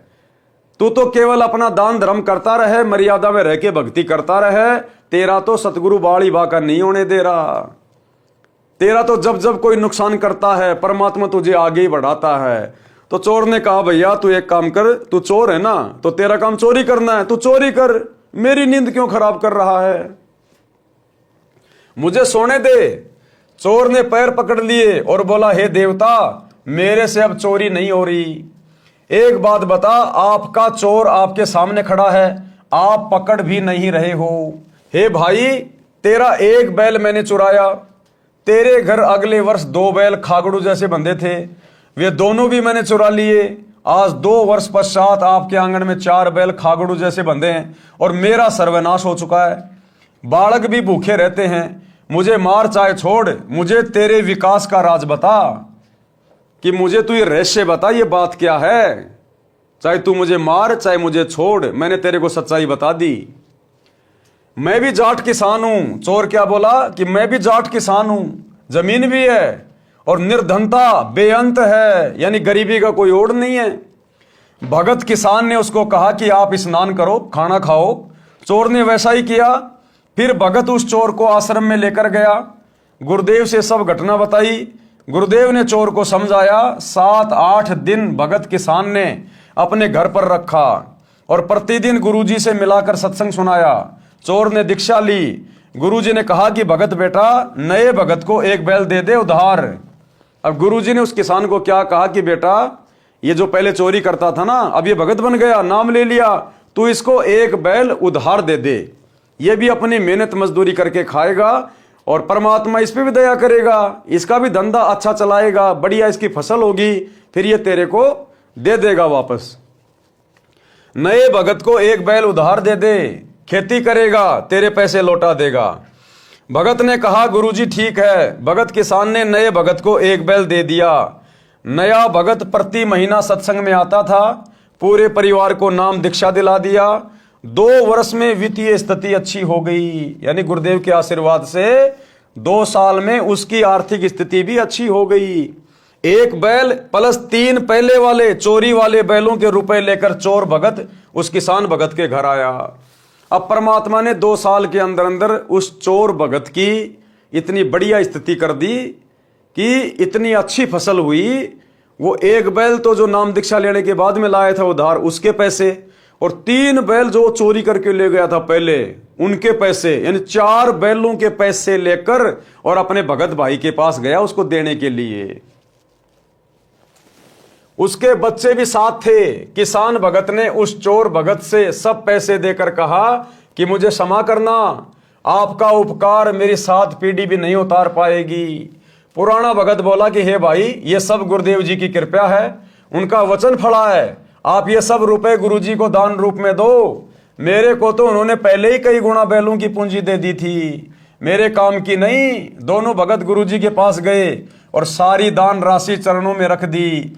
गुरुजी ने भोजन भंडारा लंगर में लगा दिया, सत्संग किया। इस प्रकार चोरी का धन मोरी में जाता है, भगत सदा फलता फूलता है। यानी हमें गुरुदेव भगवान बता रहे हैं कि चोरी करने से व्यक्ति कभी मालामाल नहीं हो सकता।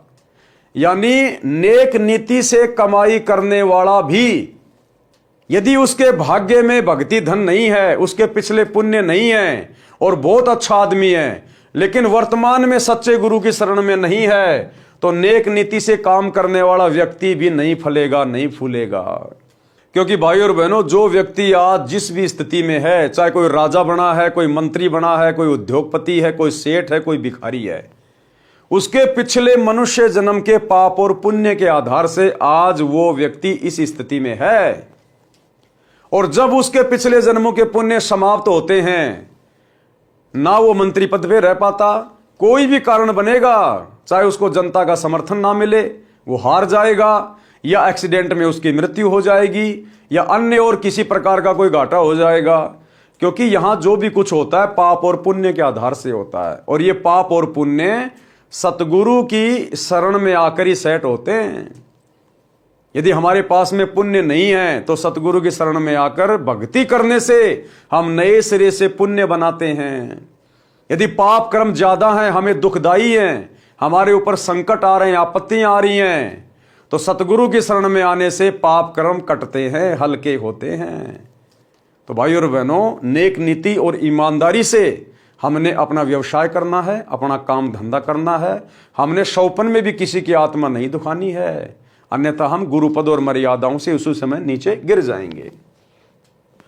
संस्कार छूत के रोग की तरह फैलते हैं। अच्छे तथा बुरे संस्कार संक्रमण रोग की तरह फैलते हैं।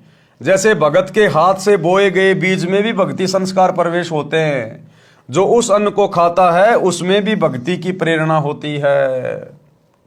यदि कोई नशा करने वाला तथा किसी प्रकार के अन्य विचारों को मन में मंथन करता हुआ हाड़ी बीज बोता है तो उस बीज में भी उसके विचार प्रवेश होते हैं जो उस अन्न को खाने वाले को प्रभावित करते हैं। इसीलिए तो कहते हैं जैसा खाओगे अन्न वैसा होगा मन, और जैसा पियोगे पानी वैसी होगी वाणी। क्योंकि हम किस घर का अनाज खा रहे हैं, किस घर का पानी पी रहे हैं।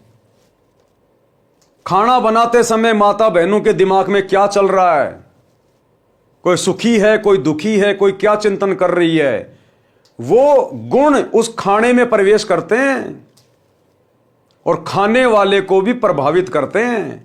इसलिए गुरुदेव कह रहे हैं कि ये जो संस्कार होते हैं ना, ये संक्रमण की तरह फैलते हैं, संक्रमण की तरह, छूत के रोग की तरह। इसलिए हमने बहुत सोच समझकर अन्य घर में खाना खाना चाहिए, वहां का पानी पीना चाहिए, बहुत सोच समझकर, क्योंकि खाने पीने का हमारे विचारों पर बहुत गहरा असर पड़ता है। उदाहरण दिया गुरुदेव भगवान ने। एक बहन ने गुरुजी से दीक्षा ले रखी थी। उसके घर पर गुरुजी आए तथा साथ में एक शिष्य भी था। उस बहन की बहन भी किसी कार्यवश उसी दिन आ गई। एक बार एक गुरु था, वो अपने एक चेले के साथ में अपनी एक शिष्या के घर गया। उस दिन उसकी बहन भी घर आई हुई थी, और जो उसकी बहन जो घर आई थी वो बहुत दुखी थी, क्योंकि थोड़े दिन पहले उसकी बेटी का पति मर गया था। इस बात को लेके बड़ी चिंतित थी वो कि हे भगवान मेरी बेटी का क्या होगा, हे भगवान मेरी बेटी विधवा हो गई, अब इसका आगे क्या होगा।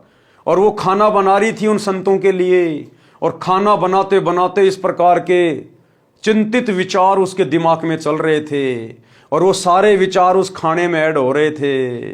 रात को उस संत के चेले को सौंपन आया। एक बहन ने गुरुजी से दीक्षा ले रखी थी, उसके घर पर गुरुजी आए तथा साथ में एक शिष्य भी था। उस बहन की बहन भी किसी कार्यवश उसी दिन आ गई। उसका दामाद मृत्यु को प्राप्त हो गया था। लड़की के छोटे छोटे बच्चे थे, वो बहुत चिंतित थी। रह रहकर विचार उठ रहे थे कि बेटी का निर्वाह कैसे होगा। बेटी तो उजड़ गई, देवर जेठ किसी के नहीं होते, बच्चों को कौन पालेगा। हे भगवान ये क्या बनी, कौन से जन्म का पाप आड़े आ गया। उपदेशी बहन भोजन बनाने लगी तो उसकी बहन उसकी सहायता करने लगी। वो जिसका दामाद मर गया था वो भी खाना बनाने में सहयोग करने लगी। अधिक भोजन उस बहन ने बनाया जिसका दामाद मर गया था। संत भगत खाना खाकर सो गए। सुबह भगत ने गुरुदेव जी से कहा कि हे गुरुदेव, आज रात्रि में निंद्रा के दौरान मन बहुत दुखी रहा। जैसे मेरा दामाद मर गया, बेटी के छोटे छोटे बच्चे हैं, उनकी बेहद चिंता सताती रही। इसका क्या कारण होगा, कैसे निर्वाह होगा। गुरुजी ने अपनी शिष्या से पूछा कि बेटी आज रात्रि का भोजन किसने बनाया था। उसने उत्तर दिया कि मेरी छोटी बहन आई है, उसने बनाया था। संत ने पूछा उसको कोई कष्ट है क्या। शिष्या ने उत्तर दिया कि गुरुदेव कष्ट तो बहुत ज्यादा है। लड़की के छोटे छोटे बच्चे हैं, दामाद की मृत्यु हो गई है, सारा दिन मेरी बहन इसी चिंता में रहती है। दिन में कई बार ये कहती रहती है कि बेटी का क्या होगा, कैसे बच्चों का पालन करेगी। गुरु जी ने शिष्य को बताया कि उस बेटी के विचार भोजन में प्रविष्ट हुए और खाने वाले को प्रभावित किया। मेरे को भी यही परेशानी सारी रात रही थी। वो गुरु जी बोला कि बेटा मेरे को भी पूरी रात सौपन में इसी प्रकार के कष्ट हो रहे थे।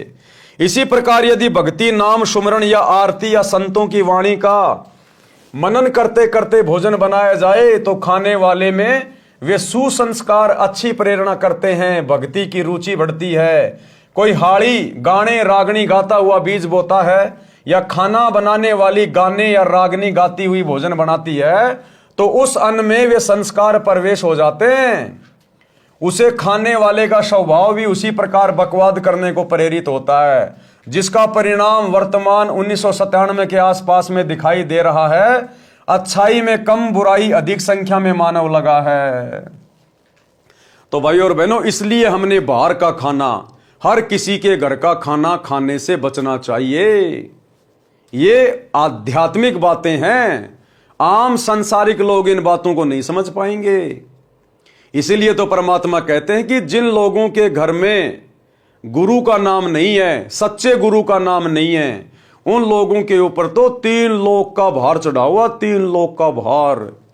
और ऐसे लोगों के घरों पर खाना खाना, चाय पीना, पानी पीना, उनके पाप कर्मों को बंटवाना है, उनके पाप कर्मों का हिस्सा अपने ऊपर लेना।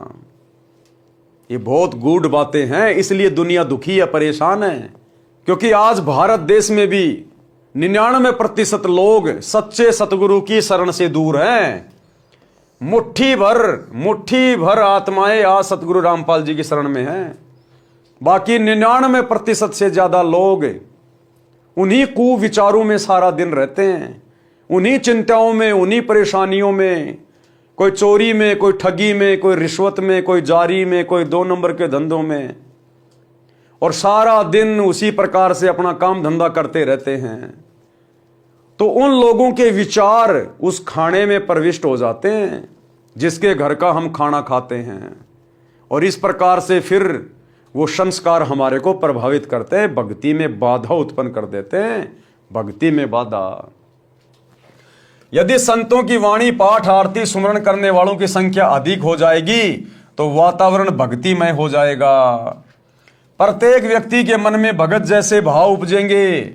उस वातावरण को बनाने के लिए घर घर में आरती, रमणी तथा नित्य नियम चलना चाहिए।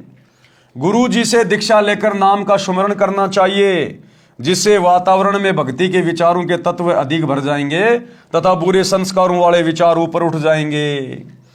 परमात्मा ने बताया कि शब्द का कभी विनाश नहीं होता, शब्द अखंड होता है।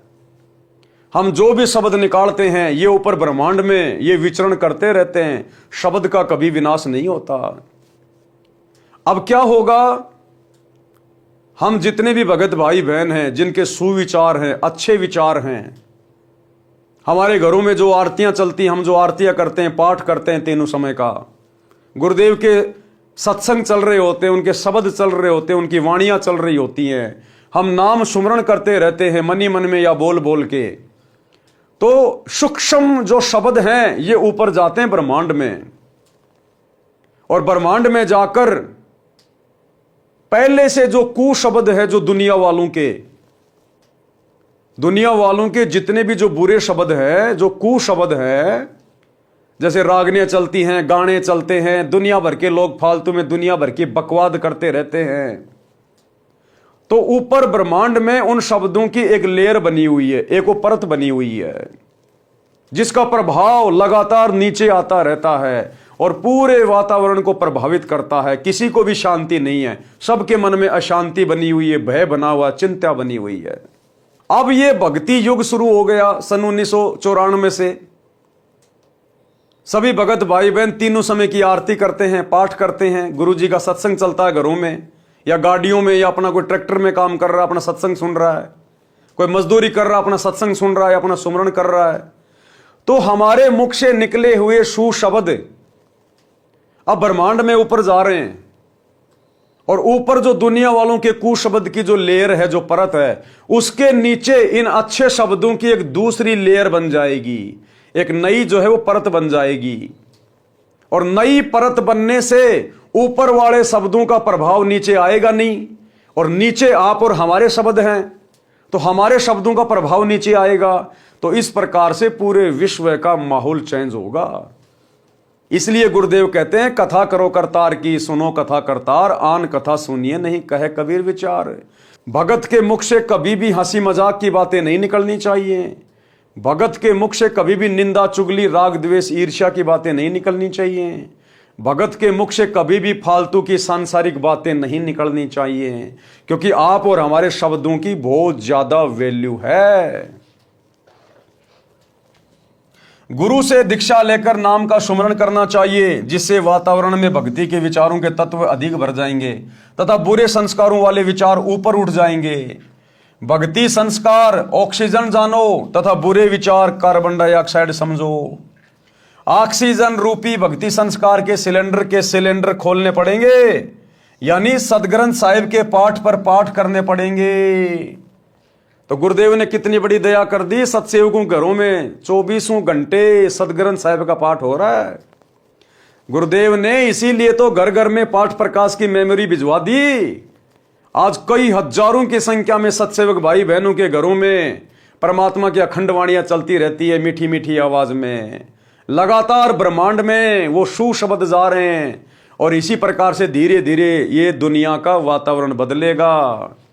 इसीलिए तो हम सभी सत्सेवक भाई बहन तीनों समय नित्य नियम पुस्तिका में पाठ करते हैं, तीनों समय की आरती मुख से बोलते हैं, ताकि ये शब्द ब्रह्मांड में जाएं।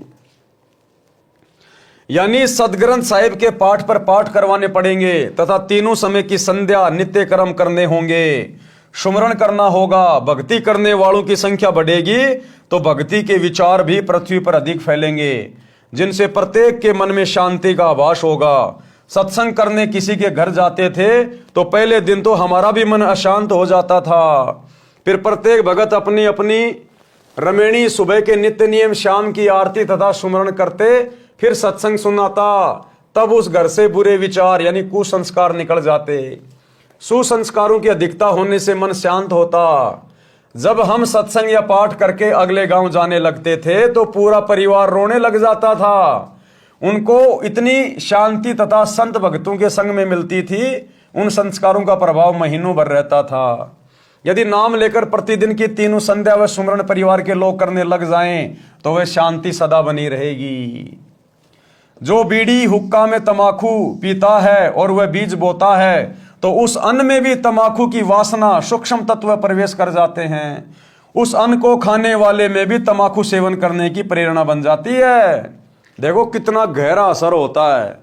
अगर कोई किसान अपने बैलों से, ऊंट से या फिर ट्रैक्टर से, यदि किसी ने नशा कर रखा है, शराब पी रखी है और बीज बो रहा है, कोई बीड़ी पी रहा है, कोई हुक्का पी रहा है और अपने बैल से या फिर अपने ऊंट से या ट्रैक्टर से खेत में बीज डाल रहा है। पहले किसान क्या किया करते थे, 2 हड़ाई भरते, उसके बाद बैठ जाते, चिलम पीने लग जाते, फिर 2 हड़ाई भरते, फिर चिलम पीने लग जाते। तो गुरुदेव कह रहे हैं उस बीज को खाने वाले व्यक्ति में भी नशा करने की प्रवृत्ति ऑटोमेटिक पैदा हो जाती थी। और अब हम भगत भाई बहन अपने अपने खेतों में जब अपने गुरुदेव भगवान का सत्संग सुनते सुनते या सुमरण करते करते बीज बोएंगे, खेती बाड़ी करेंगे, फसल की जो है हम कटाई करेंगे, क्योंकि भगत का तो या तो सत्संग सुनेगा या फिर सुमरण करेगा, और तो कोई काम है ही नहीं। तो भगत के घर का अन्न यदि कोई खाएगा तो उसमें भी भक्ति करने की प्रेरणा उठेगी, उसमें भी नेक विचार उत्पन्न होंगे। इस प्रकार से देश दुनिया का माहौल धीरे धीरे बदलेगा जैसे जैसे भगत समाज की संख्या बढ़ेगी और भगत समाज विधि विधान से गुरुदेव भगवान की भक्ति करेगा। जिस कारण से नशा तेजी से युवाओं में बढ़ रहा है। जब तक बच्चे हैं तब तक तो पिता, चाचा, ताऊ, दादाजी के डर से तंबाकू सेवन नहीं करते, परंतु युवा होते ही वे संस्कार प्रबल हो जाते हैं और नशे की आदत शीघ्र पड़ जाती है। मेरा उद्देश्य है किसका? गुरुदेव भगवान का। मेरा उद्देश्य है कि मानव समाज से नशा तथा अन्य सर्व बुराई जड़ से समाप्त करके धरती पर स्वर्ग बनाऊं। परमात्मा कबीर जी का कहा वचन साकार हुआ देखना चाहता हूं। उन्हीं की प्रेरणा व शांति से यह अनमोल कार्य सफल हो रहा है। ये दास तथा मेरे अनुयायी सच्ची नीयत से इस मिशन की सफलता के लिए प्रयत्नशील है। सफलता की पूरी आशा है। जब गुरुदेव भगवान ने कह दिया कि सफलता की पूरी आशा है तो उसे कोई मिटा नहीं सकता। साध वचन पलटे नहीं, पलट जाएं ब्रह्मांड। सांसारिक चूचू में भक्ति करनी पड़ेगी। तो भाई और बहनों, आज के वीडियो में हम केवल इतना ही लेंगे। हम धीरे धीरे इस पवित्र पुस्तक जीने की राह के ऊपर वीडियो बनाते हुए आगे बढ़ेंगे, क्योंकि हमारा मकसद केवल वीडियो बनाकर छोड़ना नहीं है। हमारा मकसद है इन कथाओं से शिक्षा लेना। सतगुरुदेव भगवान हमें क्या समझाना चाहते हैं, हमें कैसा भगत बनाना चाहते हैं, अपने मिशन को किस प्रकार से आगे बढ़ाने के लिए आप और हम सभी भगत भाई बहनों ने सेवा करते हुए मिशन में सहयोग करना है। ये पूरा विश्व अपना ही भाई बहन है। सभी इसी कबीर परमात्मा सतगुरु रामपाल जी की आत्मा है, इन्हीं के बच्चे हैं। आज हमें इस बात का पता चल गया, अन्य भगत भाई बहनों को अभी इस बात का आभास नहीं है। तो हमने अपने आचार विचार व्यवहार से, अपनी बोलचाल से, अपनी भक्ति से हमने सभी के सामने ऐसा उदाहरण पेश करना है, अपनी मर्यादाओं को ध्यान में रखकर, ताकि सभी आत्माओं की रुचि भक्ति की ओर बढ़े।